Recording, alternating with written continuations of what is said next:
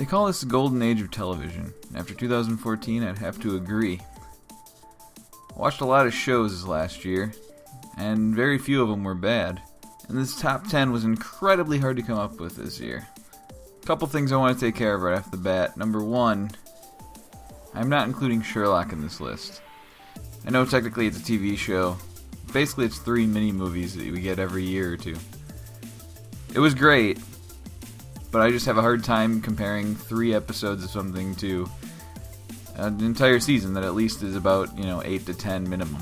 So, next I will give an honorable mention to a few shows that I just kind of feel like, I'd feel bad if I didn't include in this list, even though they didn't quite make the top 10. Those would be You're the Worst, Fargo, and Doctor Who. Those are all great shows, and sets up nicely for how incredibly hard it was to make my top 10. So, number 10 is The Leftovers. Damon Lindelof returns to television, this time with an HBO show. This show was, in the beginning, I wasn't sure about it. It's kind of sketchy, not quite sure what to make of the show. But as the season went on, it got better and better, and by the end of the show, I realized, holy crap, I can't wait for the next episode and now the next season. Very much looking forward to it. It is a bizarre show. Not for everyone, but I don't know. Should give it a chance. Number 9, Hannibal. This is NBC's Hannibal Lecter television show. Its ratings might not be that great, but critically it's very praised, and for good reason. It's an excellent show. Season 1 I enjoyed, but there was something off about it. Season 2, however, completely grabbed me. I binge-watched the second season, because I wasn't super into the first, and it basically made it so that I watched it very quickly. Excellent acting, excellent writing, and just one of those underrated shows, or at least underviewed, if not underrated. So Hannibal comes back this summer. You have plenty of time to catch up. Number 8, another new show from this year, Halt and Catch Fire. This was AMC's new show with Lee Pace, Scoot McNairy, Mackenzie Davis. Takes place in like the 80s, I want to say. Basically when IBM was king of computers. This is basically about a team trying to come up with the first portable computer.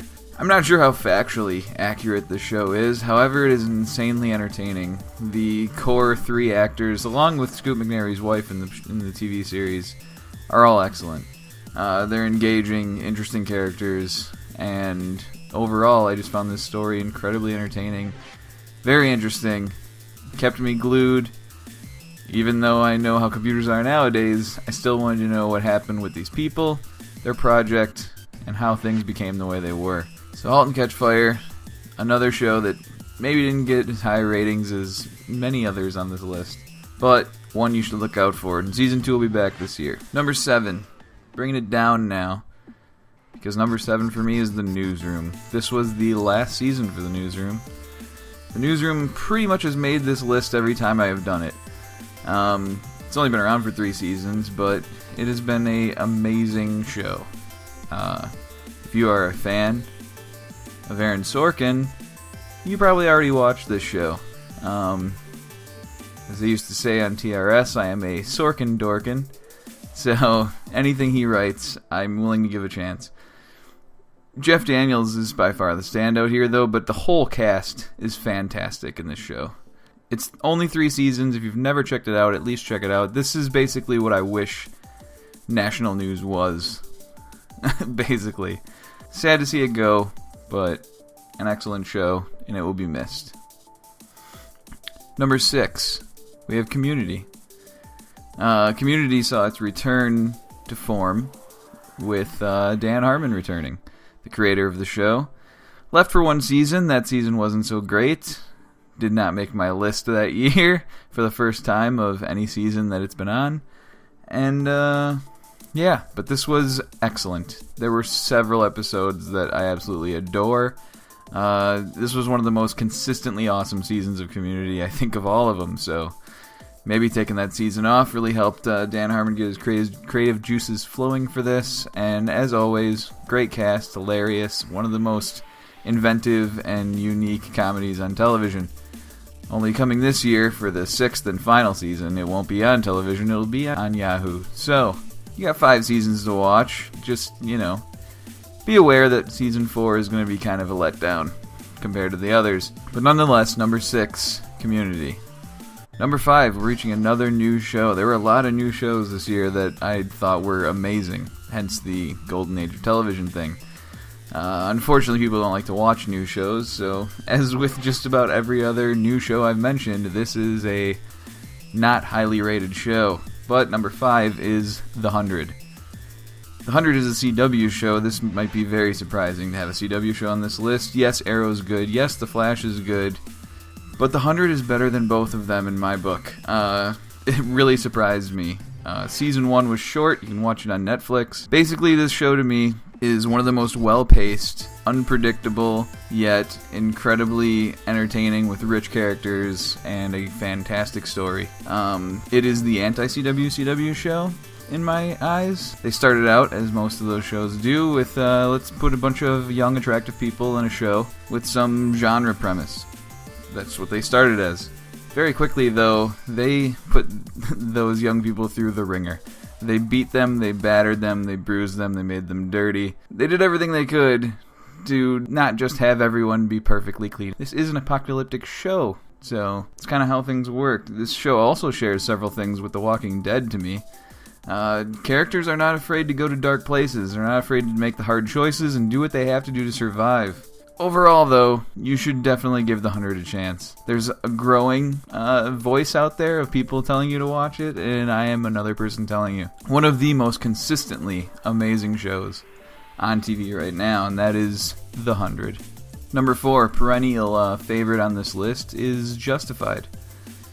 Justified will come to a close this season. As I'm doing this, it's already in full swing. However, I'm going on 2014, so last season. Another solid, great, well-written, well-acted. Timothy Olyphant is one of the greatest television actors, or maybe just actors in general, that are working today. He's basically, I think I've said this before, he's basically playing the modern-day version of Sheriff Seth Bullock from Deadwood. This is also Elmore Leonard, who unfortunately we lost over the last year, and I don't know what else to say. This makes my list every year. So Justified, an amazing show, and again, one that's kind of underwatched and not really talked about as much as some of the other big shows on television. So Justified, number 4. Number 3, we have the last new show on this list, and it's one that was in the very beginning of the year. You may have forgotten about it. That is True Detective.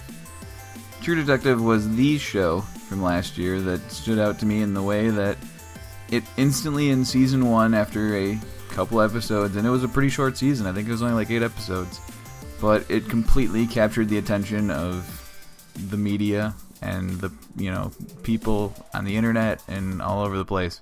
This was the Matthew McConaughey, Woody Harrelson show. Michelle Monaghan, it's amazing. I'm sure you know what it is at this point, and yeah, you definitely should check it out. It's all contained in one season. You don't have to worry about any kind of catch-up or anything. Season 2 will be on this year. Different cast, different storyline, different era, I think. Different location, all those things. But Season 1 of True Detective, some of the most well-directed television I think I've ever seen. The 6-minute straight shot. You know what I'm talking about if you've seen it. If you haven't, there is a single shot for 6 minutes action sequence that... Oh man, I've watched it so many times. It is truly great cinema, and it comes from a TV show. So good job, HBO. You are all over my top 10, as you pretty much always are. So, number 3, brand new show from last year, True Detective.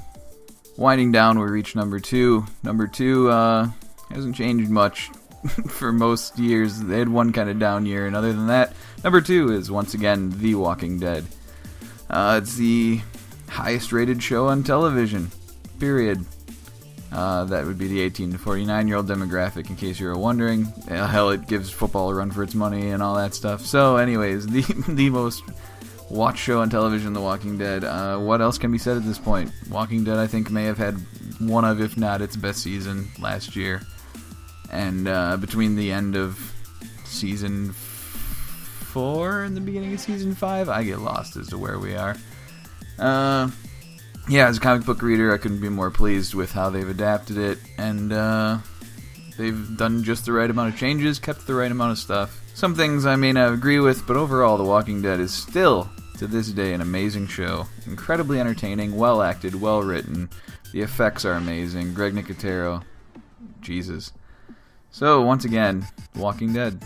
And so we've reached the end of this list. If you have ever seen any video in which I've done this list, or heard on a podcast when I've done this list, you already know what my number one is. It hasn't changed in 4 years, let's say, and it probably won't until the show ends. If you haven't guessed it by now, that would be Game of Thrones. Game of Thrones is by far my favorite show on television. It is probably my favorite show of all time. I can't think of another show that I get incredibly engrossed in to the point that I do Game of Thrones. I pretty much love everything about it. It is one of those shows where we go from character to character.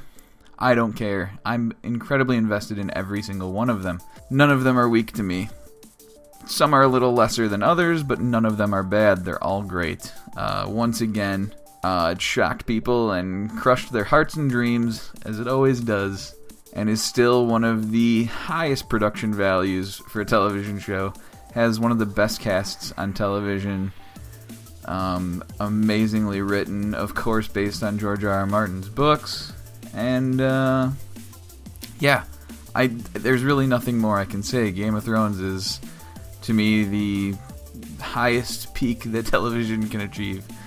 So, no surprise, number one for me, as always, is Game of Thrones. Spoiler alert.